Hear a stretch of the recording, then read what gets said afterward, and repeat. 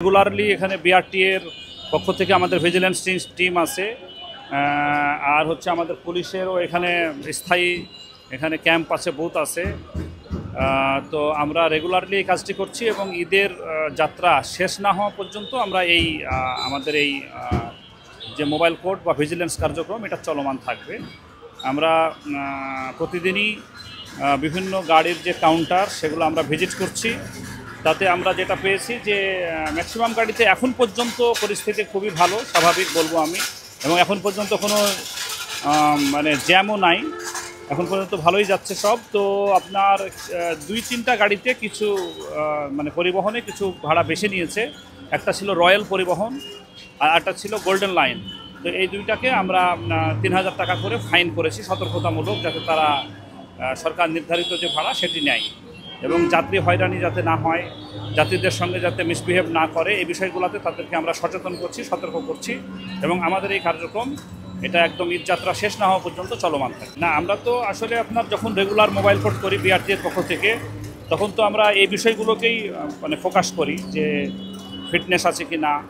ফিটনেসের বিষয়টাই আমরা বেশি করে দেখি, আর অন্যান্য ট্যাক্স টোকেন বা আদার্স পেপারসও আমরা দেখি।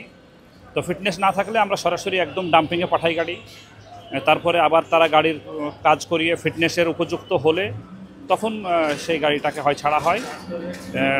এই বিষয়টা আমরা দেখি। আর এখন তো ঈদযাত্রা উপলক্ষে আপনার এখন তো এগুলো তো আপনি বলছেন সিটি বাস, যেগুলো লোকাল যেটা বাস, কিন্তু এখন তো আন্তঃজেলা গাড়ি যাচ্ছে, পরিবহন দূরপাল্লার গাড়ি, সেগুলো আমরা চেক করছি, সেগুলো ম্যাক্সিমামই আপনার আছে, মানে ফিটনেস আছে। আর ফিটনেস যদি 2-1টা না থাকে আমাদের নজরে আসে, তাহলে আমরা তাদের ব্যাপারে ব্যবস্থা নিচ্ছি। আমরা সবসময় নিরুৎসাহিত করছি বা তাদেরকে নিষেধ করছি যে কোনো মানে সিটির মধ্যে যে সিটি বাসগুলো সেগুলো যাতে আন্তঃজেলায়, বা তাদের তো আন্তঃজেলা রুট পারমিটই নাই, তারা তো গেলে ইলিগালি যায়। তো এই বিষয়টা আমরা কিন্তু ঈদের কিছুদিন আগে আমরা কিন্তু ঢাকার বিভিন্ন ওয়ার্কশপেও কিন্তু আমরা মোবাইল কোর্ট করেছি, আমরা অভিযান করেছি যে যাতে কোনো ফিটনেসবিহীন গাড়ি মহাসড়কে নামতে না পারে এবং এই সিটি সার্ভিস বাসগুলো যাতে মহাসড়কে যেতে না পারে, এই ব্যাপারে আমরা মোবাইল কোর্ট করেছি, আমরা ব্যবস্থা নিয়েছি, তাদেরকে সতর্ক সচেতন কিন্তু আমরা করেছি এবং এখন পর্যন্ত কিন্তু আমার নজরে আসেনি।